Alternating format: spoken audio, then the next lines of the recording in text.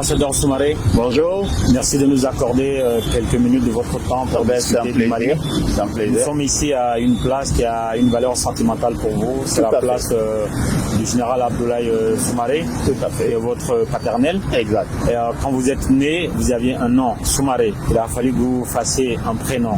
Aujourd'hui, c'est fait. Ouais. Je rappelle quand même que vous aviez été conseiller diplomatique du président Amadou Toumani Touré, du président Dioncounda Traoré, du président Ibrahim Boubacar Keïta, une partie de son premier mandat. Exact. Et ensuite, vous aviez été ambassadeur du Mali en Turquie. Tout à fait. Aujourd'hui, vous êtes consultant, vous donnez des conférences au centre de maintien de la paix à Lund Bay. Très bien. Tout à fait. Et donc, nous sommes assis à cette place-là du général Soumaré. Oui. Je pense que tous les jours où vous passez par là, qu'est-ce que ça vous fait? Parce qu'on n'a pas tous notre papa qui a une statue à son nom sur une grande place à Bamako. Alors, c'est vrai que ça fait beaucoup d'émotion parce que lorsqu'on passe et qu'on voit quand même la statue de son papa, on se dit d'une part le travail bien fait pour la patrie, ça se mérite, et deuxièmement on se dit que le pays, le peuple est reconnaissant aux bons serviteurs de l'État.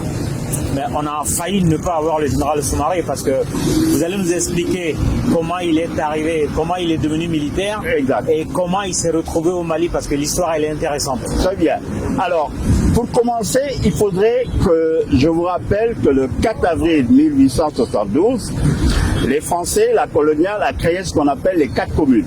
Donc Dakar, Rufisque, Saint-Louis et Gorée. Alors, il s'agissait de dire que tous ceux qui sont nés dans ces 4 communes devenaient, à partir du 29 septembre 1916, français automatiquement. Alors, il se trouve que Abdoulaye Soumaré, ses parents faisaient du commerce. En réalité, ses origines, ses parents venaient de Ségala à Bidédi, à quelques 40 km de Caille. Alors, ils faisaient du commerce. Au Mali ou au Sénégal? Au Mali, à Caille, la région. Mais le village était au Sénégal ou au Mali? Le village est au Mali. C'est à Ségala à Bidédi, là où il y aura le nouveau port avec l'OMS. Donc, je suis d'ailleurs de là-bas, j'y vais souvent.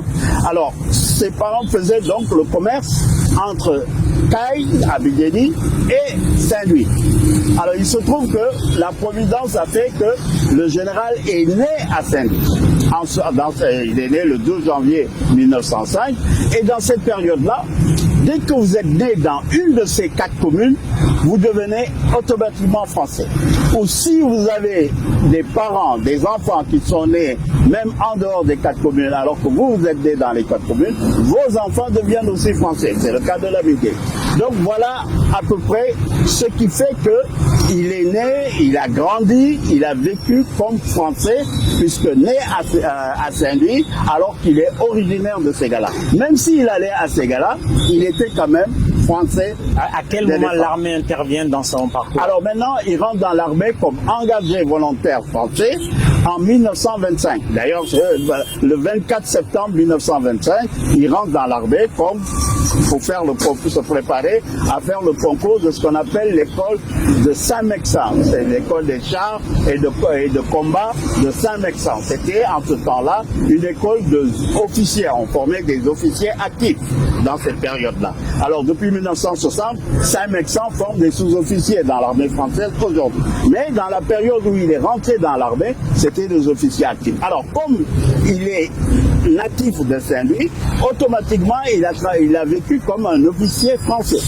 Alors, c'est ainsi qu'il est sorti en 1934 de l'école de Saint-Mexan, mais sa première fonction en tant qu'officier, ça a été au Mali, et plus précisément au barrage de Makala, pour l'office du Niger.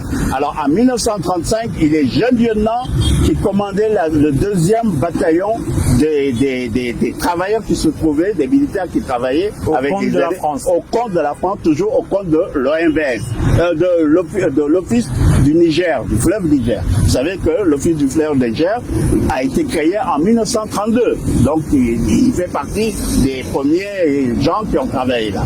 Alors ensuite, à partir de là, comme il a eu des problèmes avec l'administration coloniale, parce qu'il luttait contre le travail forcé, il a été sanctionné et envoyé en Indochine. Alors son souvenir est assez plaisant. Il y a des écrivains qui ont écrit un peu sur sa période-là, où il a mené quelques combats. Il avait beaucoup de problèmes contre le travail forcé, surtout avec les voltaïques qui travaillaient le plus souvent là-bas.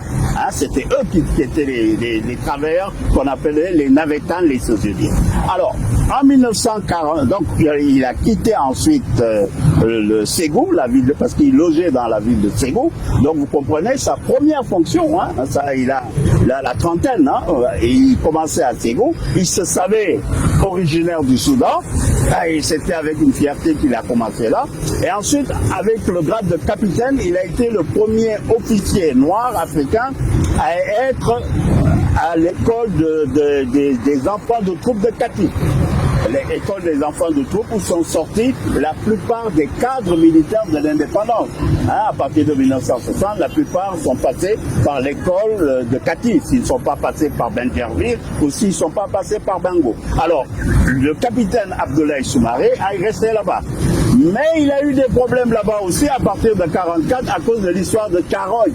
Hein, il était têtu quand même, votre papa. Oui, mais c'est une tête brûlée. Alors, d'ailleurs, la plupart de ces officiers au temps colonial, il y avait une grosse partie qui était tête brûlée. Hein. Ça, ils avaient une dignité. Ils ne comprenaient pas. Alors, surtout, lorsque tu es originaire des 4 communes et que tu as fait l'école avec les Français et tout ça, bon, ça te passait pas. Ça enlève le complexe. Complètement. Alors, là-bas aussi, il a eu des problèmes parce qu'il a tenu des propos qui n'étaient pas très en faveur de ce qui s'est passé à Caroline. Vous connaissez la fusillade de Caroline. Donc, à partir de là, maintenant, il a été renvoyé à Dakar. Et il est resté donc dans l'administration coloniale à l'AOF, au siège du gouverneur de l'AOF, jusqu'à son grade de commandant. Et ensuite, à partir de lieutenant-colonel, maintenant en France, où j'ai eu le plaisir de naître, donc au camp de Vincennes, il a été au camp militaire qui se trouve à Vincennes. Et ensuite, c'est là maintenant que, vu ses activités, ce qu'on appelle avec la société africaniste, avec des gens comme les David Diop, etc. Bon, donc la conscience politique, un gros activiste, parce qu'au lycée Fédère, il était déjà activiste. Le lycée Fédère se trouvait à Saint-Louis. Donc c'est là où on allait. Alors, pour des comportements un peu trucs là, on l'a. Alors, maintenant, c'est à partir de là maintenant qu'il revient à Naoef, à Dakar, où il a ses galons de colonel et il devient le secrétaire. On le met tout de suite un peu à la touche en le nommant secrétaire général de l'Office des anciens combattants de l'AOF et du Togo. Donc à ce poste-là, il a eu le temps de faire tout le tour, guider là où il y avait des anciens combattants. Et son problème, c'était l'histoire de Caroline, la cristallisation des salaires, des pensions des militaires et la reconversion de ces militaires-là vers la vie civile lorsqu'ils devenaient retraités. Alors c'est à ce poste-là maintenant qu'il aura l'occasion d'avoir des responsabilités au niveau de la Fédération du Mali, parce que là, il est à Dakar. La fédération, ça commence le 14 janvier 1959, donc du 14 au 17 janvier, c'est le congrès, et le 17 janvier, c'est la première constitution de la Fédération du Mali. Il est là à Dakar, il a des contacts avec Modibo Keïta qui remontent très longtemps, hein, surtout avec Jean-Marie Connet, et automatiquement, avec ses idées un peu progressistes, etc., bon, il se rapproche de façon amicale, de toute façon, avec ses frères qui venaient du Soudan, l'association soudanais. Alors, on disait, il y avait un journal Dakar Matin et l'Afrique Nouvelle qui écrivait de Soumaré, il représentait l'esprit conquérant du Soudanais. Voilà comment on décrivait Abdoulaye Soumaré lorsqu'il était à Dakar. Alors maintenant, lorsqu'il y a eu maintenant la Fédération du Mali, l'indépendance étant acquise le 20 juin 1960, il y a eu des accords de coopération de défense le 22 juin 1960. Il était question maintenant de mettre en place une armée fédérale. Mais la réalité de la problématique de la Fédération du Mali, c'est pas tellement Soumaré ou Lamine Gueye, c'est plutôt les options politiques que les deux délégations sénégalaises et soudanaises, après le départ du Burkina, de la Haute-Volta et du Dahomey, qui ont refusé de ratifier la constitution de janvier 1960, cette constitution a été ratifiée par le Soudan le 20 janvier 1960 et par le Sénégal le 21. Donc, mais le Burkina, la Haute-Volta l'a ratifié, mais Maurice Yameogo a considéré que c'était pour la forme. Apiti du Dahomey a refusé carrément d'en entendre parler. Donc il restait ces deux pays-là pour faire la fédération. Le Mali et le Sénégal. Le Sénégal. Et il était question, bien entendu, après la mise en place du gouvernement le 15 avril 1959, alors maintenant, comment ça s'est fait? Il y avait 4 ministres soudanais, 4 ministres sénégalais. Alors, pour être ministre, il fallait avoir l'agrément de la délégation parlementaire qui se trouvait à la Fédération du Mali. Donc, tu ne pouvais pas être ministre sénégalais sans la délégation parlementaire qui se trouvait au Parlement fédéral, etc. Alors, là maintenant, les postes qui ont été pourvus, c'est le poste de président du gouvernement fédéral. Et Modibo ne voulait pas, c'est sur insistance de Senghor. Il a fallu faire une réforme de la Constitution, c'est la première réforme, le 22 avril 1959, pour que Modibo puisse être président du gouvernement fédéral. Pourquoi? Parce qu'on refusait le cumul de fonctions. Il ne pouvait pas être président du Conseil du Mali, du gouvernement du Soudan, et être président. Alors maintenant, grâce à Senghor, cette réforme a été faite. Donc, de commun accord avec les deux. Avec l'accord. Et ensuite, c'est pas tout, le 22 avril 1959, on dit que tout État fédéré, que ce soit le Sénégal et le Soudan, qui tente de sortir de la Fédération du Mali est considéré comme un casus belli. C'est très important. Casus belli, un acte de guerre. Okay? Alors maintenant, lorsqu'ils ont mis en place leur les fondateurs de cette constitution voulaient vraiment que ces deux peuples soient bouffés à jamais. Exactement, ce qu'on appelle une constitution fermée, parce qu'il y a eu l'expérience de la Haute-Volta et du Dahomey, il fallait plus que ça se reproduise. On a juré sur tous les saints, sur tous les dieux, que non, on nous y reprendra là. Eh bien, on verra. Alors maintenant, à partir de cette période-là, lorsque le gouvernement fédéral a été mis, donc on s'est distribué les postes. Mais comment? Il fallait bien qu'il y ait un président de la Fédération du Mali. Il fallait bien qu'il y ait un ministre des Affaires étrangères. Il fallait bien qu'il y ait un ministre de la Défense. Alors ces trois postes, on s'est dit, bon non, on ne se casse pas la tête. Après les élections du 27 août 1960, qui vont signer les élections présidentielles, ces trois postes seront pourvus. Donc, en attendant, nous, membres du gouvernement, nous prenons un décret. Un décret. C'est un conseil des ministres. C'est un décret. Ça s'est fait le 16 avril 1960. Un décret du conseil des ministres pour dire que, bon, à partir de maintenant, Modibo, c'est vrai que tu es président du gouvernement, mais tu es en même temps, de façon provisoire, ministre des Affaires étrangères et chef de l'État de la Fédération du Mali. Mais c'est provisoire, le 27 août, tu t'en vas. Alors toi, Mamadou Dia, tu es vice-président du Conseil fédéral, parce que c'est ta délégation, comme Modibo, c'est la délégation soudanaise qui l'a désigné. On t'adjoint le poste de ministre de la Défense, mais attention, c'est provisoire. Le 27 août, on verra qui aura ce poste-là. Donc on est parti sur cet angle-là. Alors, après avoir mis le gouvernement, il faut bien maintenant qu'il y ait l'armée, qu'il y ait tout ça. Alors c'est là où le problème a commencé à se faire. D'abord, c'est là où aussi on verra le rôle de votre papa. Voilà. Alors là, le problème commence à se poser. Pourquoi? Parce qu'on se dit du côté Sénégal, bon, attendez, ces gens-là, ils sont contre les essais nucléaires que l'Algérie a fait le 13 février 1960 dans le Sahara algérien. Ils veulent une monnaie africaine. Ils veulent un marché commun africain. Ils veulent un socialisme africain, mais leur socialisme africain est teinté de marxisme. On ne sait pas si c'est notre socialisme africain à la rose, là, comme au SFIO. C'est pas du SFIO, leur socialisme africain, ça a tout l'air de parti communiste. Bon, donc il y a ça. Et ensuite, les rapports avec l'ancienne puissance coloniale. Il faut africaniser tous les postes, quel que soit Alpha. Les Sénégalais, non, il faut y aller mollo-mollo. parce que ça prend du temps pour africaniser tout ça. Donc, il y avait ces divergences, et ce sont ces divergences-là qui se sont cristallisées lors de la constitution du Parti de la Fédération du Mali le 24 mars 1959. Donc, c'est moins les questions de général, de colonel Soumaré que des options politiques. Alors, maintenant, si jamais Modibo arrive à avoir l'appareil de l'État, il a non seulement la possibilité de faire marcher sa vision, mais un bon nombre aussi de militants sénégalais du Parti de la Fédération africaine le suivront, parce qu'il y avait les partisans de Nabil Guèye. Alors, donc, on se disait que Soumaré, là, c'est pas très sûr. Donc, Mamadou Dia a préféré donc nommer son conseiller militaire, qui était le colonel Amadou Fall, au poste de chef d'état-major. Alors que Modibo disait non, la délégation soudanaise disait non, nous pensons que Soumaré, vu son expérience, bon, Fall c'est pas pour être méchant, mais c'est un officier de salon.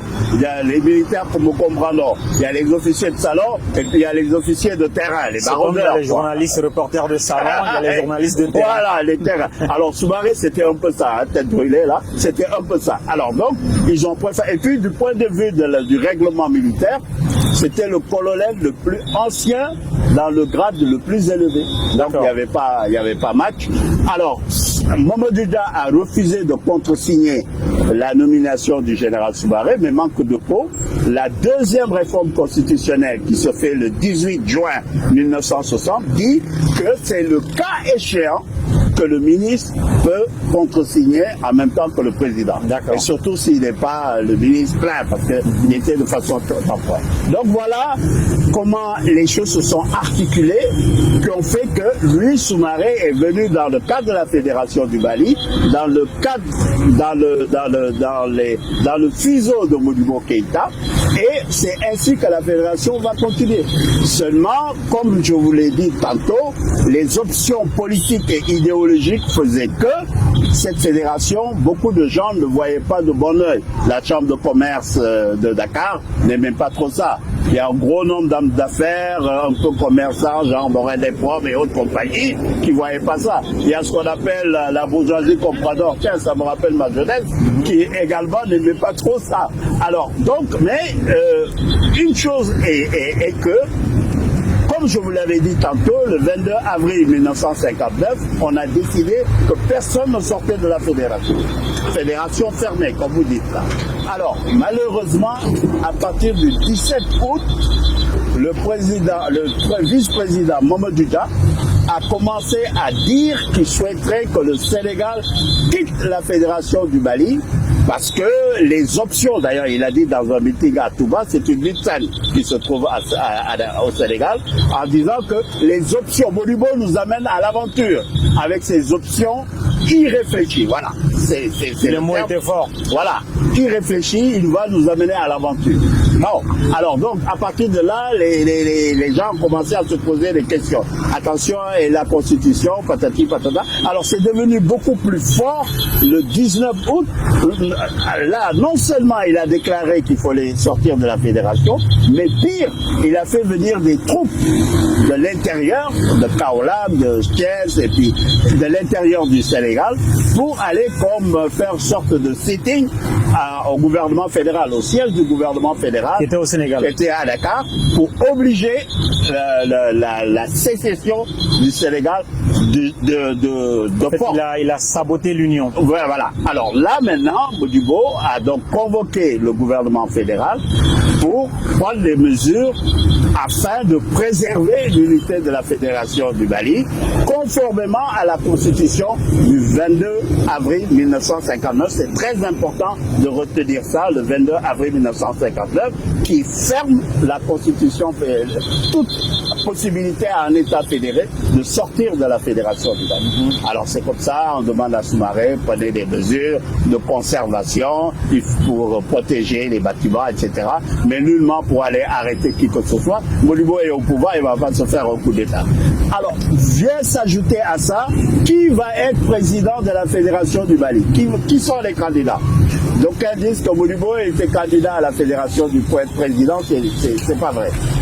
Il y avait deux candidats, le poste, comme je vous ai dit, le 24 mars 1959, au congrès du parti de la Fédération africaine, on s'est entendu que le président du gouvernement fédéral serait soudanais et le président de la Fédération du Mali serait sénégalais.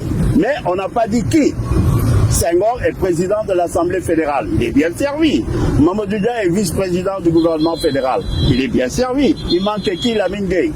Donc, Lamine Gueye et Senghor étaient les deux candidats au poste de président de la Fédération du Mali, élection qui devait avoir lieu le 27 août 1960 s'il n'y avait pas eu l'éclatement entre-temps. Alors, qu'est-ce qui s'est passé? C'est pas compliqué. Senghor, se sachant avoir toutes les voix des députés sénégalais, mais étant définitivement certain de n'avoir aucune voix de Soudanais. En revanche, Lamine Gueye aurait toutes les voix des députés soudanais et une bonne partie des députés sénégalais ayant la majorité relative, paf, il devenait président de la fédération. Alors, Senghor et Mamadou Dia a déclaré à ce moment-là, Senghor, tu seras président de la fédération ou la fédération n'existera. De toute façon, nous avons pris nos dispositions. Depuis le 17, il avait convoqué les gardes et puis un peu la gendarmerie contrôlée par le lieutenant-colonel Henri Pierre, hein, bon, pour essayer de matérialiser cette possibilité de sortie. Alors, donc voilà pourquoi ils se sont dit que si Lamine Gueye devient président de la fédération, l'option de Modibo aura non seulement le soutien de Lamine Gueye, aura le soutien du chef d'état-major général et aura le soutien du parti de la fédération africaine. Donc il fallait arrêter ça tout de suite. Parce que ceux qui étaient au parti de la fédération africaine, il y avait une partie des gens qui étaient du Soudan, les Mahaman al-Assad, tout ça, et Idrissa Diarra, j'en passe, et des grands. Et il y avait aussi des Sénégalais. Mais parmi les Sénégalais, il y avait ce qu'on appelle les socialistes unitaires, qui étaient des partisans de Lamine Gueye.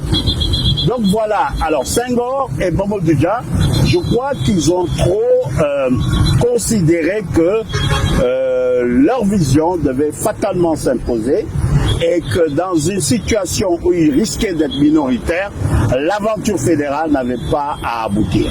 Ça, c'est une des approches. Une autre approche est de dire que c'est en tâtonnant qu'on apprend peut-être à marcher. Et pour l'avenir, je crois que c'est un bon message, une bonne expérience que nous pouvons capitaliser, qui nous permettront véritablement d'ouvrir d'autres perspectives de fédéral. Vous savez, à Dakar, le Ndiaye, c'est un Diarra, le Diop, c'est un Traoré, le Koulibaly, c'est un Fall, c'est un Fall, oui, et le Gueye, c'est un Sissoko, comme en Côte d'Ivoire, comme au Burkina, c'est les mêmes peuples. Donc voilà à peu près le résumé du général Soumaré, qui a été donc arrêté, et lorsqu'on lui a demandé, Senghor lui a posé la question, alors Soumaré, tu es sénégalais ou soudanais? Avant de l'arrêter, hein, parce qu'on l'a convoqué au camp militaire, alors pour lui dire qu'il y a une situation grave, il faut que tu viennes en tant que chef au moment de l'éclatement. Au moment de l'éclatement, il avait l'habitude, en tant que colonel et ancien combattant, de venir dans les camps militaires pour réconcilier des soldats qui se battaient ou qui avaient des problèmes avec des officiers français. Alors il est venu dans ce cadre-là, ils l'ont arrêté et là il a trouvé Senghor, et le colonel Fall. Alors Senghor lui a demandé, alors monsieur Soumaré, vous êtes sénégalais ou soudanais? Il a dit, je suis soldat et africain. Alors on l'a arrêté, il a été le premier à être arrêté avant que les Modibo soient arrêtés et mis dans un train le 21 août. À 18h, ils ont quitté Dakar pour venir au Mali. Le général Soumaré a été arrêté, gardé jusqu'au 5 septembre. Et le 5 septembre, on lui a demandé de bien retourner en France où il était français. Donc il est retourné en France. Non, il n'a pas eu, donc c'était un officier français, donc on l'a fait partir en France. Donc le Sénégal maintenant va naître après lui. Parce que le Sénégal, la première fête d'indépendance du Sénégal, c'est le 4 avril 1961. Le colonel Soumaré est général ici dans l'armée malienne. Donc il arrive en France. Exact. Il est expulsé en France. Exact. Et à quel moment il revient au Mali pour occuper des fonctions? Alors, Modibo, la seule visite officielle qu'il a fait à Paris, depuis qu'il est président de la République. D'ailleurs, c'est en tant que, j'allais même dire président de la Fédération du Mali, ou alors en tant que président du gouvernement de Soudan, puisqu'il va en France le 2 septembre 1960. Notre indépendance, c'est le 22 septembre. Alors, le 2 septembre, il va en France, il rencontre donc le général de Gaulle, et lors des entretiens, il en complicité, bien entendu, avec Soumaré, qui lui demande vraiment d'envoyer, si c'est possible, Soumaré comme assistant technique si jamais il vient à Paris le 5 au niveau du Soudan pour qu'il aide à former l'armée malienne. Alors que Soumaré, dès qu'il est arrivé le 5, on lui a dit, bon, on examine la demande du Soudan, mais pour le moment, vous êtes affecté à Perpignan. Normalement, il devait aller à Perpignan comme officier français, au camp Georges du maréchal Chauve, voilà, qui se trouve à Perpignan. Bon, mais heureusement pour lui, des résultats ont été accomplis. Les Français ont accepté qu'il vienne. Et le 23 décembre 1960, il est venu donc à Bamako. Le 28, Modibo Keïta le nomme chef d'état-major de l'armée malienne.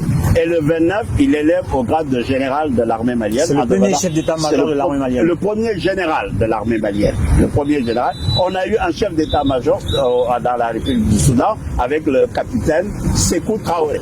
Alors lui, il devient le premier général de l'armée malienne. Alors maintenant, lorsqu'il y a eu l'appel du 20 janvier 1961, avec le départ de l'armée française, etc., le 3 février 1961, il a pris sa liberté avec l'armée française pour se consacrer à l'armée malienne. Donc il est resté officier supérieur de l'armée malienne. Et ce cheminement est semblable à tous les officiers qui ont accepté de venir construire l'armée malienne. Hein. Cette démarche-là, le capitaine Sékou Touré, le papa Sékou Traoré, je dis Sékou Touré, qui a été chef d'état-major au décès du général, et le Boubacar Traoré, le père Adjonkunda, Dafada, j'en passe et les meilleurs, les frères Drabo, Mohamed Ould Issa, d'ailleurs, le général Soumaré s'engage dans l'armée en 1925, en même temps que Mohamed Ould Issa. Ils ont à peu près le même âge. Hein, et je crois que l'autre est de 1906, lui il est de 1905. Hein. Donc voilà, donc il est venu ici le 23 décembre 1960 et pour se mettre à la disposition de l'armée malienne. Mais comme je vous dis, en étant officier, il était là. Et lorsqu'on constituait l'armée malienne en février 1959, lorsque Modibo a demandé à Pinana Drabo de faire appeler tous les militaires qui se trouvaient en Algérie, à Madagascar, au Cameroun, pour qu'ils viennent constituer l'armée malienne, le 22 février 1959, à ce temps il est colonel, le colonel Soumaré, avec le capitaine Sékou Traoré, avec le capitaine Mohamed Ould Issa, et Balad Traoré, le lieutenant, se sont retrouvés, et puis il y a un autre officier, se sont retrouvés au Grand Hôtel pour constituer la structuration future de l'armée malienne. Donc c'est pour vous dire que ces deux personnes-là avaient conscience que cette fédération, peut-être... Ils ont anticipé. Ouais, ils ont anticipé. Et très, très vite anticipé. L'histoire, elle est magnifique pour plusieurs raisons. Il fait partie des bâtisseurs de la République du Mali. Il fait partie des bâtisseurs de l'armée malienne. Et au-delà de ça, c'est un activiste au sens noble du terme. Ah ouais, et donc, on a tout intérêt à enseigner cette histoire-là. Et quand vous en parlez, je suis impressionné par la quantité de dates, par les sources que vous dites, par les noms que vous dites. Merci infiniment pour cette masterclass. Merci. Ambassadeur Birahima Soumaré, je rappelle que vous aviez été conseiller diplomatique du président Amadou Toumani Touré, tout à fait. Du président Donkina Traoré, du président Ibrahim Boubacar Keïta, ambassadeur en Turquie aujourd'hui et consultant. Merci infiniment d'être passé pour délivrer cette masterclass. Merci beaucoup. Voilà. Merci.